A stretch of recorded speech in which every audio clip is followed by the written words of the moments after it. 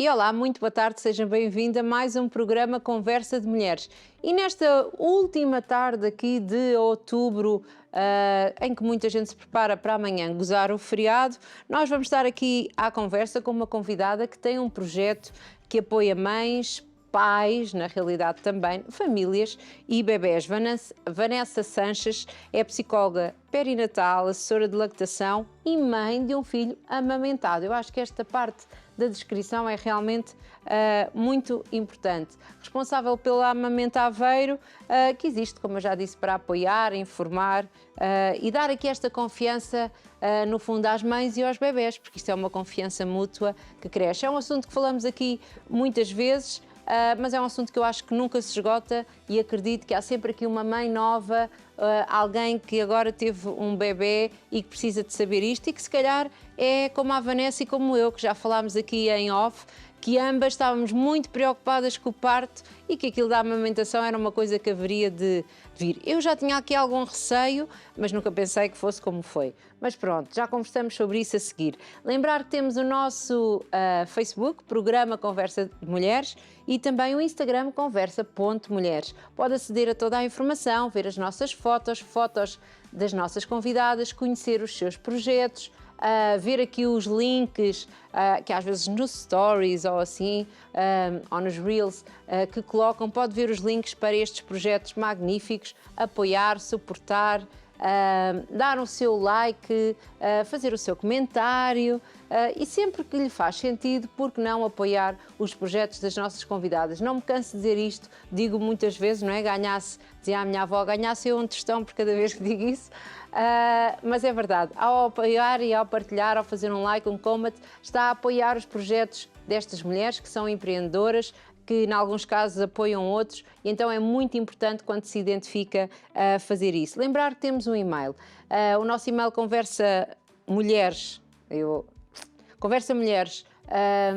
pode dar a sua sugestão. Sugestão de quê? De um tema, de uma mulher interessante, de um livro, de alguma coisa que gostasse de ver aqui falado, ou alguém que conhece que diz, esta pessoa encaixava-se mesmo no seu programa. Temos tido aqui algumas pessoas, quem nós não temos tido há muito tempo, sabem o que é? É alguém que surpreende alguém a dizer, olha, esta pessoa é um bocado envergonhada, mas tem um projeto fantástico, falem lá com ela, pesquisem lá e vejam lá se não se adequava ao programa. E depois a pessoa vem aqui, é sempre muito giro, já aconteceu em tempos, já não temos este há algum tempo, se calhar é uma ideia. E o nosso canal de YouTube da Curiacos TV, já sabe, tem várias playlists, e lá pode aceder aos nossos programas super completos, desde o primeiro minuto, desde as risadas iniciais, tem as nossas rubricas, que agora este mês estiveram aqui um bocadinho mais em pausa, mas que vamos tendo assim uma ou outra para animar.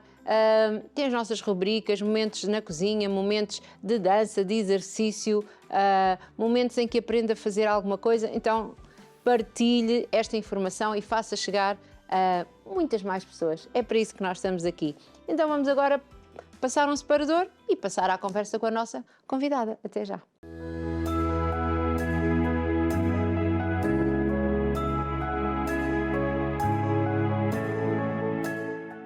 E então, conforme eu já falei, Vanessa Sanches, vamos dar as boas-vindas à Vanessa, psicóloga perinatal, assessora de lactação, mãe do Rafael, responsável pela Amamenta Aveiro, que faz parte da rede Amamenta. Muito bem-vinda. Obrigada. Estou muito feliz em estar aqui e principalmente em falar sobre amamentação, parto, pós-parto. Que estas coisas todas maravilhosas, são maravilhosas, mas que não são maravilhosas na altura que acontecem, são depois mais à frente, não é? Exatamente. Fala-nos só um bocadinho sobre si, de onde é que é, aqui do seu percurso. Eu passei por muitas mudanças, né? Pronto. Muitas mudanças. Eu sou brasileira, morei muito tempo, sou do interior de uma cidade bem pequenininha, fiz algumas mudanças para estudar, para trabalhar. O que é que estudou? Eu fiz psicologia. Psicologia. Trabalhei muito tempo numa seguradora.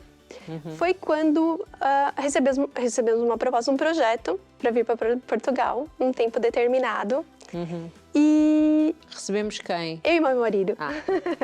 Eu e meu marido. Então, a gente ficou completamente apaixonado por Portugal e decidimos ficar por cá. Então, só que a grande mudança mesmo foi quando veio a maternidade. Portanto, veio para Portugal, não lhe custou a adaptação, não lhe custou nada? Não, até correu bem, assim, eu tenho uma facilidade em me adaptar. Porque se adaptou também muito já no Brasil, já mudou muito, não é? Sim, então não foi relativamente simples. O que eu não sabia, o que eu não esperava o que eu não contava era com essa mudança de vida, tanto pessoal, profissional, inclusive emocional, que a maternidade trouxe. E diga-me uma coisa, Vanessa, é psicóloga, portanto, de alguma maneira, não sei qual era o ramo da psicologia, qual é o seu ramo? Aqui diz que é perinatal, não sei se é uma formação de agora. Sim, eu trabalhei muitos anos na parte de consultoria interna, empresas, então a parte empresarial. Mas mesmo assim, na sua formação, deve-se falar um bocadinho aqui desta parte das emoções, da maneira de ser da pessoa, não é? Sim, sem dúvida. O que me trouxe... porque a psicologia perinatal, ela vai cuidar da gravidez até o primeiro ano do bebê. Ela vai fazer toda essa transição. Na minha vida anterior, né, no meu universo anterior, eu não percebia... não estava na minha realidade esse contato com os bebês, com as grávidas, com as gestantes, e foi uma especialização que eu fiz depois. Então, depois eu percebi que isso é o mundo. Mas fez isso depois de ser mãe? Depois de ser mãe. Pronto. Então, eu estava a dizer isto porque muita gente realmente não está preparada para ser mãe no sentido em que não está preparada para o que muda quando se é mãe, não é? Sim. Mas como era psicóloga, era isto que eu queria aqui fazer o paralelo, que deverias, se calhar, estar um bocadinho mais preparada, se calhar que outros que têm outras áreas de formação. Não. Não. Poderia ter sido, mas não aconteceu, não é? O que acontece é que também existe um distanciamento da prática com as questões pessoais. Sim. Então, mesmo quando a gente tem mesmo muito conhecimento teórico daquilo, a vivência é arrebatadora. Ela vem, óbvio que a gente tem uma bagagem que nos ajuda a procurar os recursos mais adequados e se ajustar em certo sentido nesse novo contexto. Então, é claro que sim, mas a vivência, a transformação e a crise, ela não deixa de existir pelo fato de ter o conhecimento. Vanessa, o que é que foi mais avassalador, ou o que é que sentiu que mudou mais em si quando foi mãe? Eu acho que o que a gente estava até conversando, eu tinha uma preocupação mesmo muito grande. Primeiro porque eu sempre investi na parte profissional e fui adiando a maternidade. E não perguntei, mas o Rafael foi planeado ou aconteceu? Foi planeado. Pronto, isto já ajuda, não é? Ser planeado já ajuda.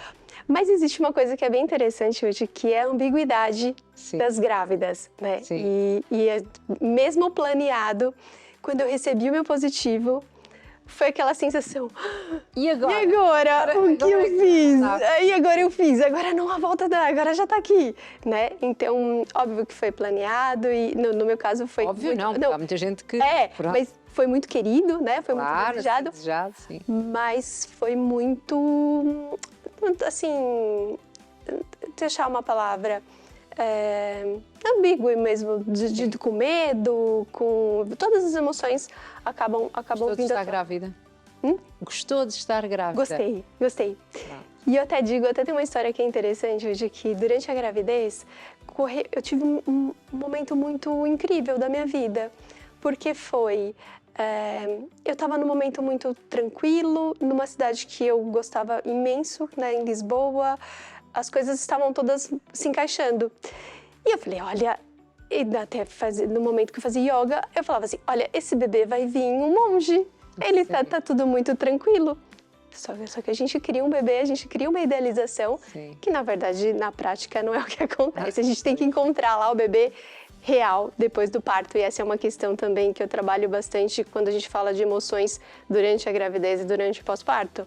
Existe uma idealização, seja qual for, o cabelo, os olhos, o comportamento, se é menino, se é menina, tudo isso é idealizado durante a gravidez. E nos primeiros dias, nos primeiros meses, a gente encontra aquele bebê real. E a gente precisa conhecê-lo, né? Que na verdade, é um encontro a partir daquele momento. Ele está ali, sendo gestado, e eu tive esse momento também. E então, o que é que estava a referir que sentiu muita mudança, porque era até uma pessoa que era muito focada na sua carreira? Sim, eu posterguei bastante e quando eu vim eu achei que falei, olha, agora ou nunca, vamos lá, né, é o momento certo. E depois que eu engravidei, a minha preocupação realmente era o parto. Essa era a única certeza que eu tinha era que ele ia sair. Uma hora. Eu lembro-me, eu acho que já contei aqui, que eu lembro quando eu estava lá na sala de parto para ter o meu bebê e o meu bebê nasceu muito rápido. Foi tudo muito rápido. Eu pensei, porquê que eu me meti nisto? Porque agora já não posso voltar atrás. Pois. Se eu pudesse, eu voltava atrás naquele momento. Eu não quero passar por isto. Então, e ali eu me preparei e eu venho de uma cultura onde a predominância é a cesárea. Então, tinha muitas referências, por exemplo, de todas as minhas amigas do trabalho, apenas uma tinha feito o parto normal, parto vaginal. Então, eu não tinha muita referência. E quando eu me vi numa realidade diferente, numa cultura diferente, num sistema médico diferente, eu sabia que eu queria um parto mais natural possível, um parto vaginal. Mas eu não tinha também referências em relação a isso. E eu fui procurar, fui lá, busca, e não imaginava que, para mim, a amamentação era intuitiva até aquele momento. Até lá atrás, ok, vou me preparar para o parto e a amamentação vai ser um processo que é só plugar o bebê, coloque o bebê na mama e as coisas vão acontecer. E eu percebi que depois é óbvio que não é assim. Que a gente tem muita coisa que a gente pode fazer também. O que foi difícil para si? Em relação à amamentação? Na verdade, eu não tive dores. Meu bebê, o Rafa, ele nasceu bem pequenino e ele pegou muito bem. Ele pegou muito bem e eu não tinha dores. Mas eu tinha muitas dúvidas em relação se eu tinha a quantidade de leite suficiente. Isso porque ele mamava muitas vezes. Eu imaginava que era aquele do bebê idealizado que existe na cultura, que o bebê vai lá, vai à mama, pousa o bebê no berço, descansa, depois pega, o bebê dorme. Na verdade, o meu bebê, ele mamava uma vez, depois logo queria mamar de novo. E quando chegava, por exemplo... Estava sempre disponível para mamar o seu filho? Sempre, sempre. Ele veio com essa fome de vida e de mama. Vencer, foram uns cromos há um tempo. Exatamente. E aí foi quando eu duvidei, eu falava, olha, e eu venho de uma experiência, por exemplo, a minha mãe, quando eu nasci, ela já saiu da maternidade com a prescrição de fórmula, isso lá nos anos 80, e eu não fui amamentada.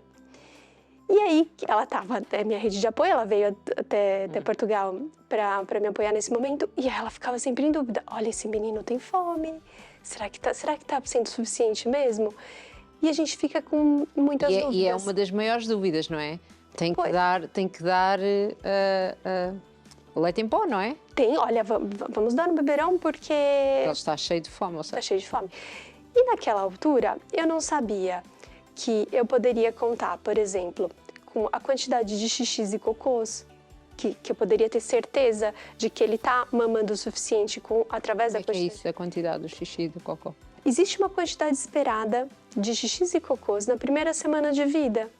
E que a gente pode saber o quanto o bebê, se esse bebê está em segurança, se ele vai fazendo a transição do mecônio para o cocô. O mecônio é aquele cocô que é bem espesso, escuro, até aquele cocô bem amarelinho, líquido, e tem uma quantidade esperada. Quando a gente tem informação, a gente fica mais segura. Olha, o bebê tem 6, a partir do quarto dia, se não me engano, são 6 xixis. Então, ele tem os xixis, ele tem os cocôs, o cocô está em transição, significa que ele está recebendo leite, além do peso, é claro, né? E aí eu queria ter uma balança para ter certeza, mas eu fui ao médico e percebi. E mesmo por exemplo, ele estava a ganhar peso, mas eu ainda tinha dúvidas. Foi quando eu procurei ajuda, eu falei, não, eu preciso saber se ele está bem, né? Não quero ficar com essa dúvida. Mesmo assim, sentia-se insegura, apesar de parecer que estava tudo bem. Aparentemente, sim.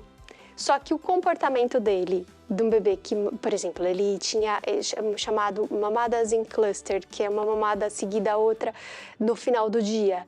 Isso é mesmo muito comum. nas primeiras semanas. Então, por exemplo, a mãe, ela, no final do dia, a mãe está mais cansada, o leite é mais concentrado, tem um teor de gordura maior, não tem um volume tão grande, e é a hora que o bebê quer fazer a reserva para fazer o primeiro intervalo de sono.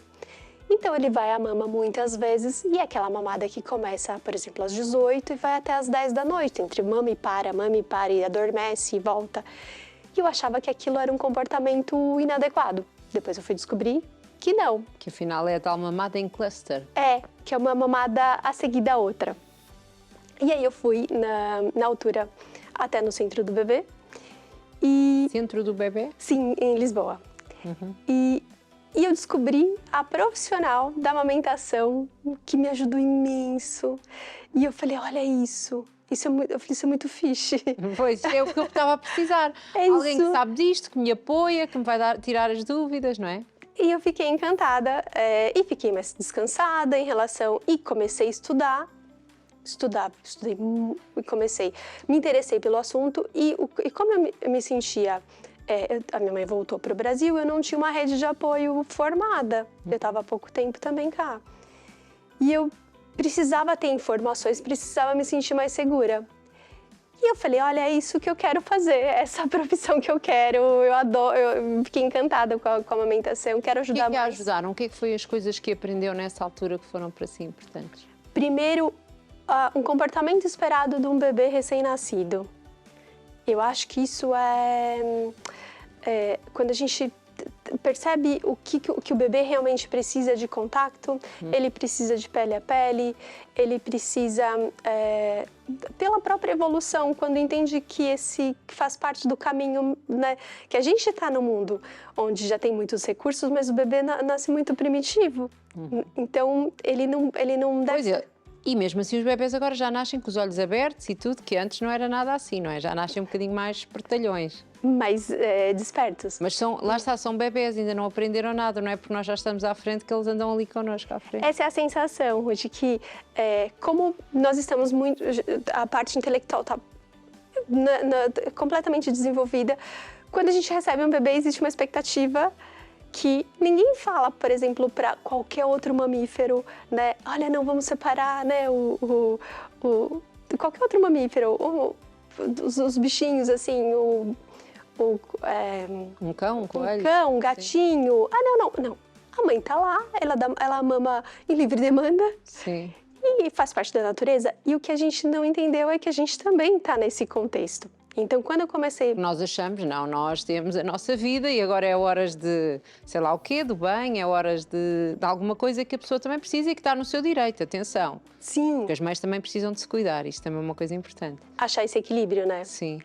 O que eu também achei super interessante é a questão do pós-parto, quando a gente fala do pós-parto, que eu gosto imenso, o que acontece? Se a gente olhar para a definição do puerpério, ele está lá 40 dias quando os órgãos voltam no seu estado pré-gravídico, né? Então, essa seria a definição do puerpério. 40 dias, não é? 40 dias. Aí eu Portanto, deveríamos estar 40 dias ali quase de molho. Exatamente, mas o que eu acho que o mais interessante é quem volta a seu estado pré-gravídico? A gente não volta. Na verdade, assim, fisicamente, é óbvio que tem algumas pessoas que têm uma facilidade muito maior para retornar, mas não é o que acontece na grande maioria, né, das mães, que elas demoram, o corpo precisa de um tempo mesmo para voltar, inclusive emocional. Então, aquela vida que existia já não existe mais, é uma nova vida, né? Ali era a filha, passou a ser a mãe, era a mãe, passou a ser vó, né? Cada um assumiu um papel novo nesse meio e as coisas precisam se ajustar a partir daí. Então, e esse puerpério, esse pós-parto, ele pode ser estendido a muito mais. Então, ele tem algumas fases, desde o puerpério imediato, que é o contato ali, pele a pele, da mãe e do bebê, com até, por exemplo, esse distanciamento a partir dos 2 anos e muito mais. Então, não tem uma data específica para terminar essa vinculação mãe-bebê.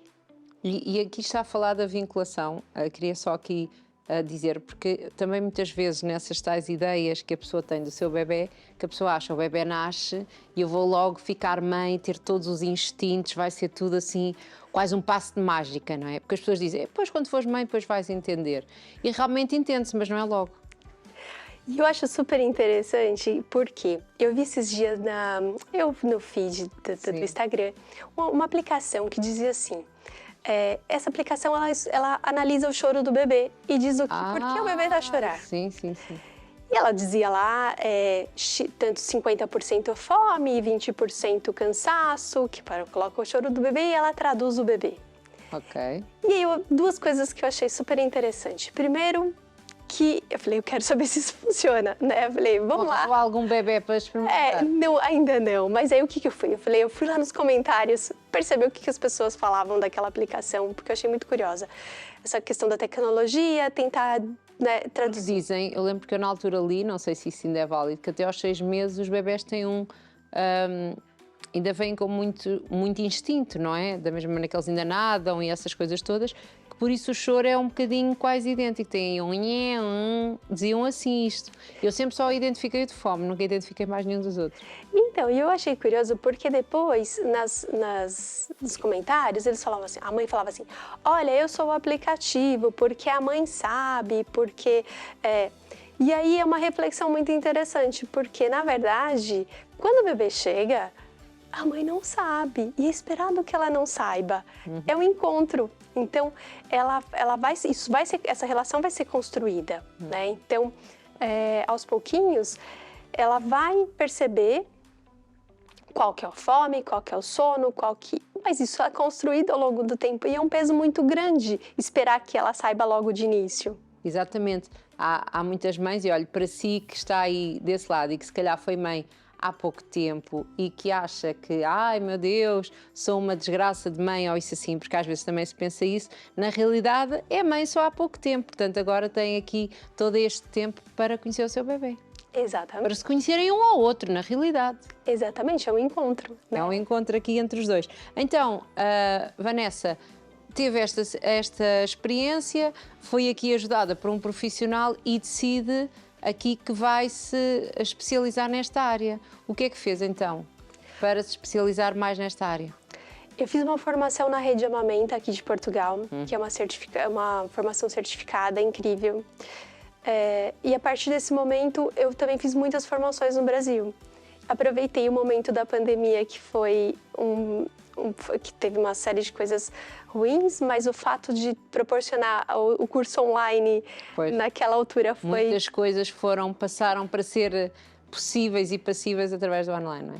E fiz muitas certificações lá, com a Bianca Balaciano, Instituto Mami Bem, algumas referências que existem no Brasil, que são profissionais que eu admiro imenso. E quando eu fui para Aveiro, na verdade a escolha de Aveiro foi um pouco...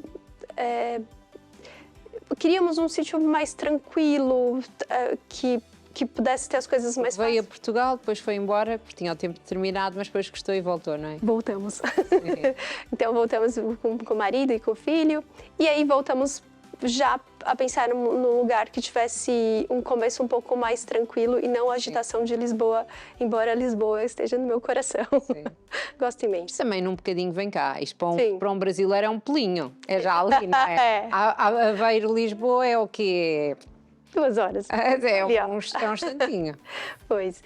E aí lá existia essa oportunidade de fazer parte da Amamenta Aveiro, então eu sou responsável pela Amamenta. A rede é composta por alguns polos, né? Então quem não for de Aveiro, mas precisar de ajuda, é possível contar. Portanto, existe esta tal rede Amamenta que podem pesquisar nas redes sociais, não é? Sim. E que tem vários locais onde é feito este apoio. Exatamente. Neste caso aqui a Vanessa é responsável pela Amamenta Aveiro. Aveiro. Que apoio é que é dado aqui nestes locais? Em Aveiro especificamente, Sim, a gente, o que eu faço? O pré-parto, então é possível, tem um programa específico que é o Amamentar o Recém-Nascido, onde é feita uma consulta antes do nascimento e uma depois do nascimento. Porque Eu aconselhava toda a gente a fazer isto. esse é um modelo perfeito, porque a gente trabalha questões de dúvidas e de preparação, inclusive da relação da mãe com o próprio corpo, que é uma coisa que não é muito falada. Então, vamos supor, uma pessoa que é muito tímida ou que tem uma relação talvez que não seja muito confortável com o próprio corpo, depois tem lá um bebê que ela vai estar exposta, né? Mesmo que ela tente ali estar num ambiente um pouco mais tranquilo, mas assim, ela vai sair com o bebê, ela vai se expor de uma certa forma no momento da amamentação. Quanto mais preparada ela estiver antes para lidar com essas questões físicas, emocionais e uma série de outras, melhor. Então, Porque na realidade, desculpa interrompê-la, Vanessa, antes de ter o bebê é muito mais fácil, por mais que se diga quando se está grávido fica assim, eu costumo dizer que eu sou um bocadinho louro, não é? Desculpem as louras, eu também sou loura por opção, mas fica-se assim um bocadinho esvoaçado, que tem mesmo a ver com as hormonas e tudo. A realidade é que nada é igual a depois de ter um bebê, não é? Portanto, toda a informação que puder ser, não é automatizada, mas que puder aqui estar encaixada em nós antes de ter o bebê, é sempre uma mais-valia. Isso Claro, depois com o bebê, a mais-valia também será, porque já são os dois ali num só, não é? Mas... E eu sempre digo que um começo, quanto mais natural for esse começo, a gente evita uma série de problemas. Então, por exemplo, se eu tivesse que dar uma única dica para grávida, para gestante que está aqui assistindo, que tem uma preocupação com a amamentação, seria o que a gente chama da hora dourada, que é a primeira hora de vida do bebê. Essa hora é incrível. Por quê? Nesse momento o bebê está com todos os instintos ali muito intensos. Então, quando é feito pele a pele, do ininterrupto, então o bebê acabou de nascer, ele é colocado, feito pele a pele, ele vai à busca da mama e ele faz a autopega e ele percebe o que ele tem que fazer. E ele faz sozinho. Não é preciso fazer nenhum movimento. E o corpo da mãe reage instintivamente a esse momento e tem um volume muito maior de colostro. Então, fora a ocitocina e tudo que envolve esse momento. Quando a mãe e o bebê são separados, esse instinto, esse pacote que o bebê nasce, né, ele é quebrado. E é óbvio que depois, quando ele é colocado na mama, ele não sabe muito bem. É tudo já um bocadinho mais diferente, mais difícil, não é? E aí começam os problemas de pega, começa o bebê que não percebe, aí entra, por exemplo, o mamilo de silicone e uma cascata de coisas que poderiam ser evitadas só com esse procedimento de, após o nascimento, fazer o pele a pele e dar tempo para aquele bebê e para aquela mãe conseguirem se encaixar. E é muito importante, há pouco tempo falámos aqui também da importância de ter planos de parto. Tivemos, não há muitos dias, um programa em que falámos dos direitos, aqui com uma advogada, que também é doula, e que nos falou aqui dos direitos da gravidez, do parto, um programa também aqui um bocadinho que se encaixa com este, não é? Muito interessante. Mas lá está, há muita gente que não sabe isto. Eu não sabia isto quando o meu filho nasceu, a importância desse bocadinho. E, por exemplo, quiseram pôr o filho e porque eu não me sentia bem, com medo que ele caísse, com medo de não sei o quê. Não, porque... Não. E se calhar se a pessoa souber, toma uma decisão consciente de fazer as coisas de outra maneira. Eu pensei, é melhor para ele, vão já limpá-lo, vão estar... Mas não. É o contrário. E aí, a ver. E aí, o fato desse início ser tranquilo, então quando a mãe, por exemplo, faz nesse quando ela está grávida, percebe entre essa e outras várias questões de coisas que são simples, que ela pode fazer para que o início seja mais tranquilo e pode ser corrigido, os sinais de alerta, quando aquilo não vai correr bem, como que ela vai, para quem que ela pede ajuda, como que ela vai resolver. Quais é que são os sinais de alerta que não vai correr bem? Por exemplo, tem até uma questão que é quando deve ser oferecido suplemento ou não, que é uma dúvida muito comum. Então, vamos supor, a mãe está ainda no hospital, o bebê perdeu mais de 10% do peso de nascimento, não tem os xixis, não faz o cocô, são sinais de que ele não está conseguindo extrair a quantidade. E aí pode ser que o problema pode ser um freio da língua curta, que impede que o bebê faça a mamada, pode ser alguma questão hormonal da mãe, só que isso precisa ser investigado. E antes, para que a gente tenha tempo para corrigir, a primeira regra é alimentar o bebê. Então, nessas situações, ou por exemplo, o bebê... Claro, porque se o bebê não for alimentado, não é? Está em risco de vida, claro. Exato. É? Então, a primeira regra, e aí, óbvio que a gente opta sempre pelo leite da própria mãe, através da extração. Então, seja a extração manual, seja a extração com a bomba. Se a mãe está exausta, porque quanto mais ansiosa a adrenalina sobe, a ocitocina não consegue fazer com que o leite flua. Então, nesses casos, é possível sim fazer a suplementação, só que a suplementação ela tem que ser inserida e retirada com a resolução da questão. Então, perceber por que esse bebê não está conseguindo extrair e corrigir para que a gente consiga retirar e oferecer também o suplemento de uma forma segura. Por exemplo, quando a gente oferece no copinho o suplemento em SOS é oferecido em copinho até que a gente resolva essa questão, seja do freio, seja da pega ou do que for da transferência do leite. Ele não vai fazer confusão de bicos. Porque depois, quando se oferece o biberon, depois a coisa já é diferente. Porque pensa, o bebê está... ele precisa comer. E aí ele tá lá na mama, não tá conseguindo extrair. De repente vem uma quantidade imensa, ele fala, é aqui que eu tenho que comer. Ele, quando põe na mama, ele já não aceita. E é uma causa muito comum de desmame precoce e poderia ser plenamente evitada com a técnica. Exatamente. E então aqui esta importância de ter este apoio. Então, falou aqui sobre o suplemento. Ok, só nestes casos é que deve ser dado. Então, e aquela história do leite fraco e do leite que não chega e de tudo? Já nos explicou aquilo dos xixis e dos cocós, mas só assim, isso é para a primeira semana e depois? O que é importante? Não existe leite fraco, não existe, a qualidade do leite é sempre indiscutível. O que é importante a gente perceber? Pode não existir a quantidade de leite que aquele bebê precisa. Ele pode não conseguir extrair a quantidade. E aí, seja por uma questão da mãe, que na verdade é sempre... existe uma culpa muito grande, mesmo que o problema esteja no bebê. Vamos supor, o bebê pode ter um torcicolo ou ali... Vira assim, não é? E não consegue ter a movimentação, tem muita tensão, não consegue fazer uma pega adequada. A gente precisa tratar desse bebê para ele conseguir mamar de uma forma mais eficaz. A mãe ainda se sente culpada, mesmo que não seja com ela a questão da produção. Então, e o importante é que quanto mais esse bebê extrair, maior vai ser a produção.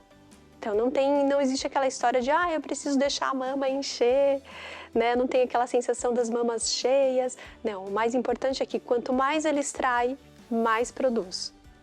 Portanto, sempre pôr aqui o bebê a mamar. Sempre pôr a mamar. Quais são as dificuldades que as pessoas que a procuram mais apresentam? Isso é interessante até porque, na verdade, como não existe uma cultura onde a gente consiga fazer a preparação Há muito poucas pessoas que se preparam para a amamentação, lá está para o parto, já há agora um plano, já está tudo mais preocupado, mas a amamentação nem tanto. Exatamente, então a amamentação e o pós-parto, não existe lá uma preocupação tão grande, então as pessoas não procuram se preparar. Então, quando normalmente eles chegam até mim, é quando as coisas já não correram bem.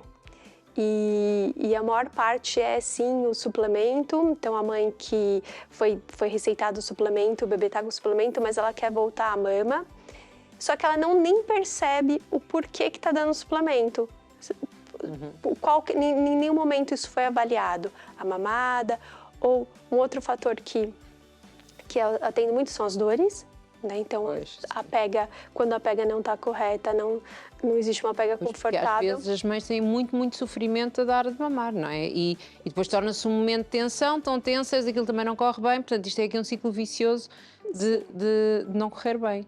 Exatamente, e a gente precisa ajustar para que quanto mais profunda e adequado, o bebê alinhado, quando a gente faz esses ajustes em relação à pega, a mãe sente um alívio, né? Então aquilo, e dá um tempo também, dependendo da fissura, dependendo da escoriação que a gente tem na mama, a gente tem que, por exemplo, extrair e oferecer no copo, cicatrizar, utilizar, passar por um médico para fazer passar uma pomada específica para ajudar a cicatrizar. Então tem outros recursos, né, que às vezes é preciso para que essa mãe tenha conforto. E é óbvio que ajustar a pega para que... E nunca os mamilos de silicone. Existem alguns casos muito específicos. O mamilo de silicone também, ele tem que entrar e sair. Por quê? Ele normalmente é colocado para resolução de um problema. Então ele é colocado e a mãe vai embora. Só que como o bebê faz muita força, ele utiliza muito mais energia ali para sugar do que na própria mama, normalmente ele extrai menos leite do que o necessário. E a produção da mãe, se o nosso corpo é inteligentíssimo. Quanto mais o bebê extrai, mais ele produz. Se ele extrai menos, o corpo vai produzir menos. Isso é para não se gastar. O corpo é sustentável. Exatamente. Nada de desperdício. Exatamente. Então, o que acontece? A produção da mãe diminui, o ganho de peso do bebê diminui, e aí entra com suplemento. Então, é uma cadeia. Então, às vezes, a mãe não percebe que pode até ser colocado em SOS em algum momento, por algum motivo, mas ele tem que ser retirado, e é um plano para ser retirado, porque aí o bebê precisa reconhecer a textura, o cheiro, o sabor, né, como a mama fonte de alimento.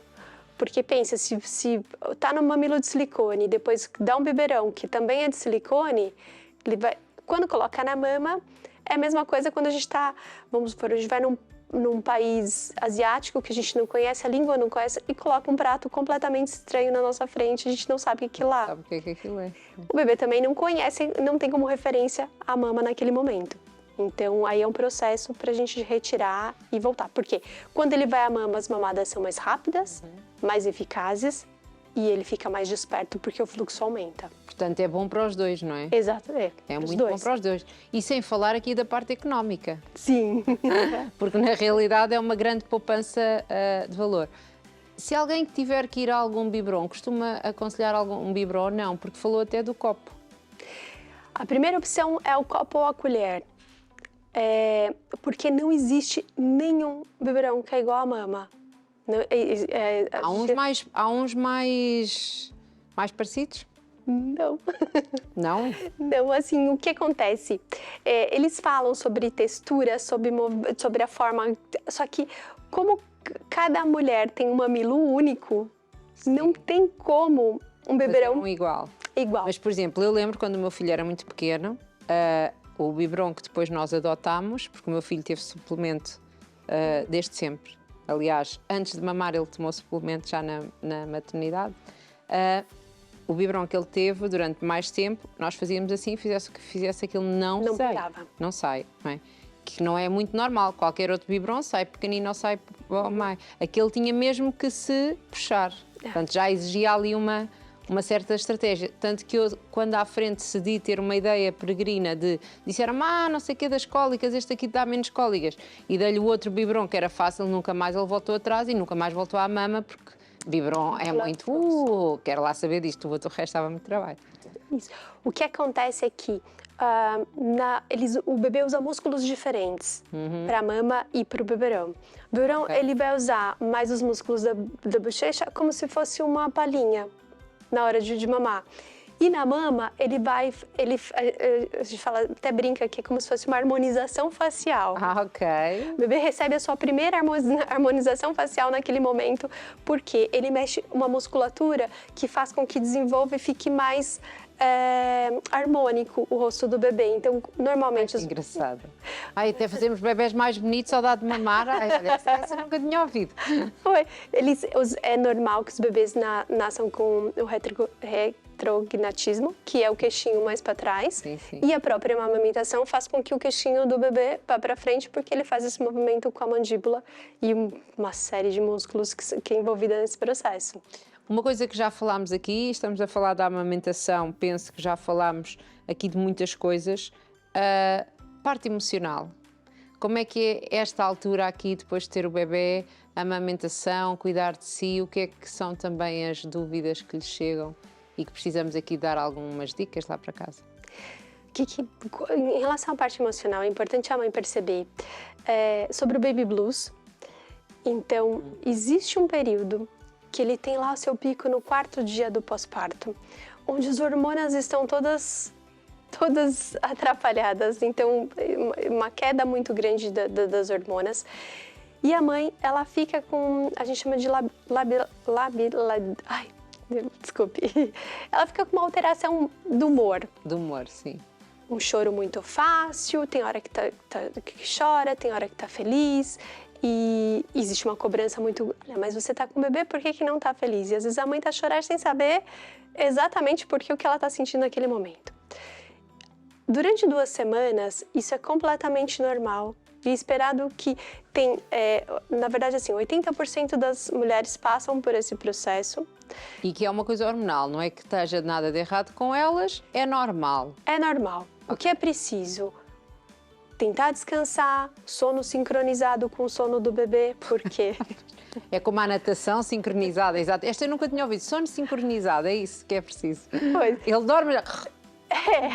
E existem até alguns memes na internet, por exemplo, olha, mas eu vou dormir quando o bebê dorme, porque normalmente a mãe aproveita para fazer as coisas... Sim. Todas as coisas que ela precisa fazer enquanto o bebê dorme. Há muitas mães que já têm outra criança, não é? E eu sei o quanto é difícil, mas pensar nesse pós-parto com uma rede de apoio e com algumas estratégias, sejam elas a comida congelada, para que tenha sempre um alimento, porque nas primeiras semanas isso pode ser complicado. É outra ideia para prepararem, não preparem só a mala da maternidade, atestem o congelador. Principalmente se não tem uma sogra, uma mãe, alguém que por perto que depois vai ajudar. E se o marido não cozinha sozinho. E o apoio, a organização da casa de modo geral, né? Então, como que essa rotina vai funcionar? Existe alguma pessoa próxima que possa ajudar nesse momento com a roupa, com o animal de estimação, ou com a rotina de limpeza, com o filho mais velho, que vai precisar de toda a atenção também, que está no momento de transição. Então, perceber que esse momento precisa de um planejamento e que dentro dessas 2 semanas a mãe precisa se alimentar, precisa dormir, descansar. Fisicamente ela passou por um processo muito intenso, seja a cesariana, seja o parto normal. Tenha sido fácil ou difícil, não é? Porque às vezes acham que é só se foi muito difícil é que foi difícil. Não, o corpo teve aqui um grande choque, vamos assim dizer. Isso. E é até curioso quando a gente olha outras culturas, principalmente as culturas orientais ou as culturas que são mais tribais, é muito interessante porque normalmente a mulher é levada para um outro lugar onde ela é cuidada, né? Na Índia, normalmente ela recebe massagens, recebe uma alimentação específica. Olha, cá está, cá está. E na nossa cultura, o que a gente percebe é que, olha... Desenrasca-te. Quando... Desculpa, não sei se dizer isto a esta hora. Quando voltará a sua vida, ao normal e o bebê tá cá fora, né, e segue. E, na verdade, a mãe precisa de um tempo fisiológico, um tempo emocional para que as coisas se organizem. Então, e passar dessas 2 semanas, aí sim a gente vê alguns sinais de alerta, porque a depressão também é muito comum. Uhum. Ela como tem o estigma da questão mental muito grande, a mãe às vezes tem muito receio de pedir ajuda. E ela pensa, por exemplo, olha, eu não sou uma boa mãe, ou eu não posso tomar uma medicação, ou às vezes ela já teve episódios, já faz parte do histórico dela, só que o fato daquele momento ela tem muito receio de se expor. E na verdade é o contrário. Uhum. Ela precisa... Quando deveria ter mais apoio. Existem inúmeros remédios são compatíveis, remédios para depressão são compatíveis com a amamentação. Quando a mãe tiver qualquer dúvida, existe um site que chama E-Lactância, que é incrível. E-Lactância. Sim. que ela pode procurar, por exemplo, medicamentos, procedimentos. Toda vez que ela tiver dúvida em relação à amamentação, ela pode procurar por lá. E aí os cuidados, óbvio que a partir da segunda semana, se ela tiver uma intensidade muito grande em relação a esse bem-estar, né? Essa questão do choro, da tristeza, da falta de... Se tiver isto, se calhar já tem que ser um sinal de alerta. É um sinal de alerta, né? Então, ou muitos dias sem dormir, né? Então tá ali, não consegue descansar, não consegue dormir. Quando a gente fala também de um descuido pessoal muito grande, eu não estou dizendo, assim, eu não digo que por exemplo, a gente chegar na casa da mãe e ela tá ali, olha, eu não consegui nem, tô de pijama ainda. Não é isso, porque isso é esperado passar o dia. Então, dá o dia todo em casa e lá está, se o bebê vai dormir já está preparada. Pois é, não é essa situação, porque a gente sabe que não é a preocupação da mãe mas é um descuido excessivo com o corpo. Seu próprio bem-estar também. Com a alimentação, com o corpo, com tudo. Então... Porque até tomar banho, eu lembro-me, acho que já falei aqui, que me lembro da primeira vez que tive que tomar banho e que não... eu tomava banho quando o meu marido estava, que é para alguém estar com o bebê, não é? Porque ao princípio, até isto, tomar banho, que é uma coisa tão simples, tão... Precisamos, não é? Pelo menos eu gosto de tomar banho, pronto. A pessoa, até isso parece que de repente é uma tarefa, quase um luxo. Aí, pude tomar banho mais do que... Pude ficar aí só um bocadinho mais no banho, só ali. Parece quase que é um luxo. E parece que assim, um momento vai lavar a cabeça... Olha, acho que eu já ouvi o choro do bebê. Mas isso é certinho direitinho. Isso é certinho direitinho. A pessoa está ali à espera... Já está cheia de espuma, que já aconteceu-me isso. Depois tem que ser, não é? Tem que se tirar, tem que se ir com cuidado, também não vamos nos atirar ali. E olha, teve que chorar um bocadinho até eu chegar, pronto, é assim, a vida é assim. Eles punham ali para ver. As pessoas às vezes não têm noção. Eu acho que quando se está grávida não se pensa nisto, não é? Nestes pormenores, nestes detalhes que são tão importantes, porque lá está, se imagina o bebê que vai estar, depois a gente está de mamar e depois ele fica ali a dormir 2 horas ou 3, nessas 2 horas ou 3 nós pomos-nos lindas e maravilhosas, porque dormimos a noite toda, porque o bebê vai dormir a noite toda logo, portanto há esta realidade versus ficção que... E eu lembro, sem rede de apoio, eu usava muito o sling, né, o porta-bebês. Para mim foi vida, então também acho que é muito válido. Então, até porque para fazer as coisas de casa, ele tá ali em contato, isso ajuda bastante. Mas eu lembro claramente quando meu marido abria a porta de casa às 7 horas, assim, pro final do dia, voltava do trabalho.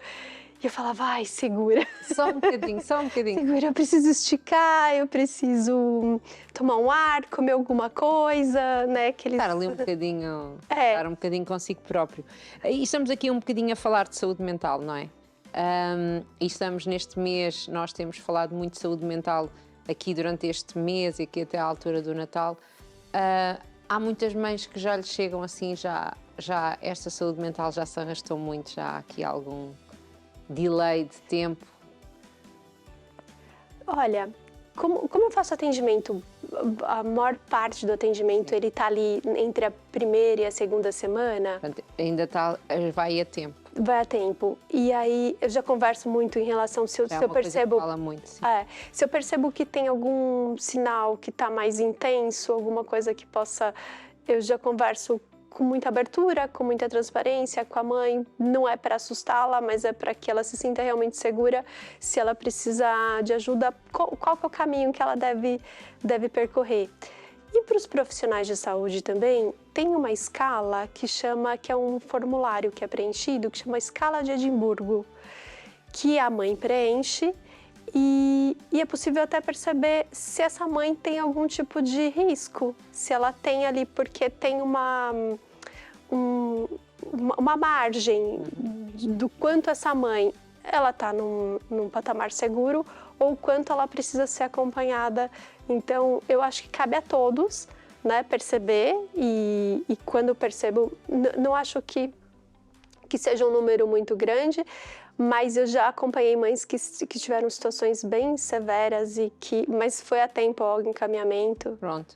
Portanto, aqui o nosso conselho em relação a isto é que procurem ajuda logo, não é? Sim. E não tenham vergonha de falar, porque muita gente sente o mesmo e está aí. E então, onde é que a podem encontrar e para quê? Aqui, para que é que podem ter consigo aqui na Amamenta Aveiro? Podem me encontrar no Instagram, Amamenta Aveiro. Também podem me encontrar... eu tenho um projeto novo que justamente traz essa questão da preparação durante a gestação até o pós-parto, que chama Da Barriga ao Colo. Da barriga ao colo, muito bem. Sim. E é um curso, né? Então tá no forninho, Sim. Logo vai ser lançado, mas ele foi feito com muito carinho e com muito... Exatamente para preparar todas estas partes, não é? Isso mesmo. Todas estas etapas. Para que a mãe... Por quê? O que eu acho mais importante na maternidade é que as mães elas estejam preparadas para fazerem as melhores escolhas para elas. Porque não sou eu que vou fazer a escolha, eu vou dar todas as ferramentas, as opções, Sim. E com as opções a mãe vai ver o que faz sentido em relação à parentalidade, o que faz sentido em relação à vivência que ela tem. Então não existe o certo e o errado, ao meu ver, existe o que funciona e o que faz sentido para aquela família.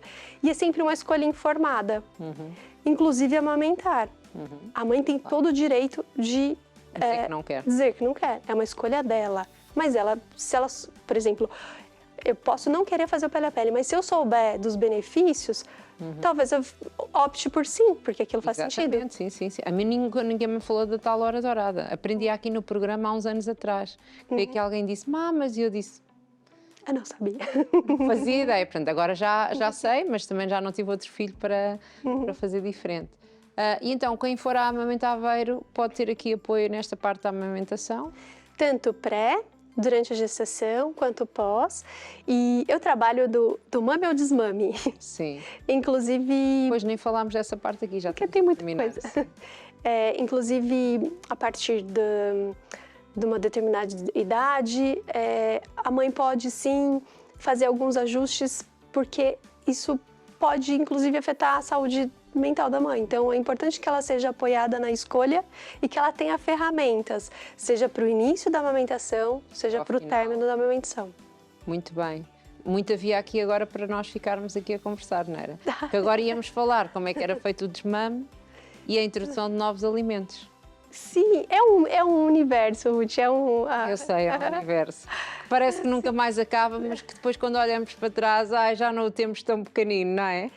E é o que eu sempre digo também, parece muito clichê, mas é uma fase e vai passar. Então, quando meu filho era pequenino, eu falava, eu acho que eu nunca mais vou dormir uma noite inteira. E é óbvio que sim, que as coisas vão ao sítio e é só uma fase e vai passar. E vai passar e vai ficar tudo bem. Vamos acreditar que sim, não é? Mas vai ficar mesmo tudo bem. Muito obrigada, Vanessa. Tudo bom aqui para si, para este projeto e para o projeto também está no forno, não é? Depois, quem sabe, vem cá nos contar sobre esse projeto depois quando o lançar, está bem? Okay. Tudo bom? Um bom regresso. E nós regressamos já no próximo programa às 15 horas. Ficou aqui então hoje com algumas dicas, algumas sugestões, algumas principalmente chamadas de atenção. Muito importantes para si que vai ter um bebê, para si que acompanha alguém que teve um bebê. Não se esqueça que é uma altura em que a mulher precisa de muito apoio, precisa aqui de compreensão, de carinho, naquilo que ela precisa e entende que precisa, não é? Porque às vezes há sempre alguém ali que é mais intrusivo, mas não, apoio. Mas principalmente o melhor conselho que nós podemos dar é como prevenir, prepare-se antes. Antes de ter o bebê, fique já a saber mais destes temas, procure estes especialistas e nós cá estaremos para dar a conhecer mais mulheres que ajudam outras mulheres. Gostaram deste programa? Eu também. Um grande beijinho, portem-se bem e até ao próximo programa.